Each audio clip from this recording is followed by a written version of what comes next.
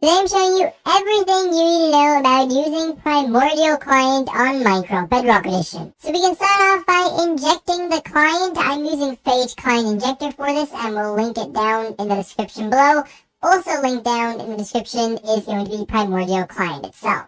Here inside of Minecraft, you'll already see a few things on your screen. Anyways, let's get right in. So to open up this main menu, you want to press on the insert button on your keyboard. If you don't have an insert button or you want to change that, then open up the chat and type in .bind, click GUI, and then any key you want. For example, F. This is going to bind the click GUI to F, meaning I can now press on F to open and close this. I'll get back to these commands we use later in this video.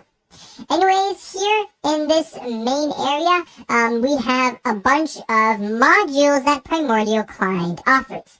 As you can see, there's a combat section, a movement section, a player section, visuals, a world section, which doesn't contain anything just yet, as well as a miscellaneous section. For all of these, they all work the exact same. We can click on them just like this to turn them on, and click on them once again to turn them off. We can right-click on all of these, and that'll open up a customization menu we can use. All of these customization menus are unique, as you can see, and this allows you to apply a bunch of customizations.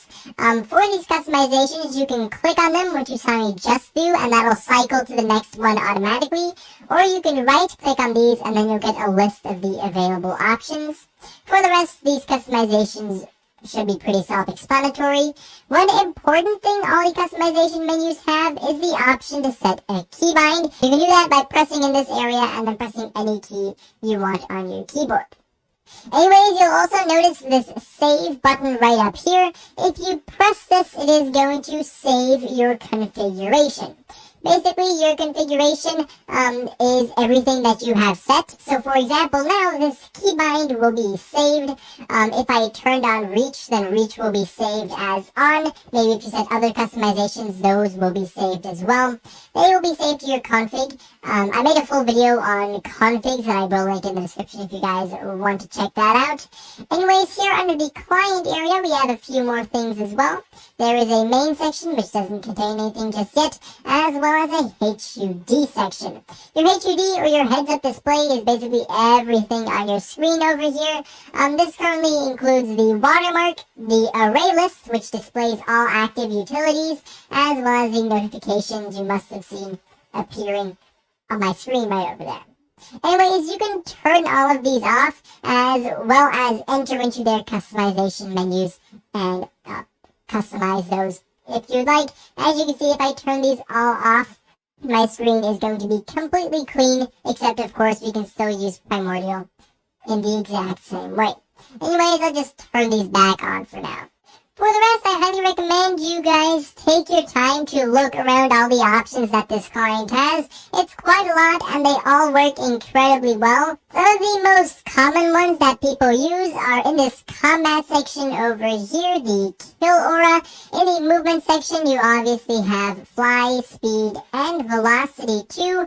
In the player area, you have no fall, which is often used together with the fly to prevent fall damage. In the visuals area, you have ESP as well as X-ray, which is an important one. Together with X-ray, you would also usually use the Fulbright module. The things I'd say the client is missing is the fact that it doesn't have a search option up here somewhere, and it also doesn't have scaffold, sadly. Anyways, now to the commands. So I just used some earlier. They're typed in chat, not with the default slash, but with the dot. We can just type .help in chat, and that is going to print out a list of all the commands that Primordial Client offers. As you can see, there is quite a few. Here's all the commands, as well as exactly what these commands can do for you. If you're unsure how to use one of these commands, then you can type .help and then that command, so bind, and then as you can see, it is going to tell you the command, tell you exactly what it does, as well as how to use it. It'll also give aliases. In this case, it is B.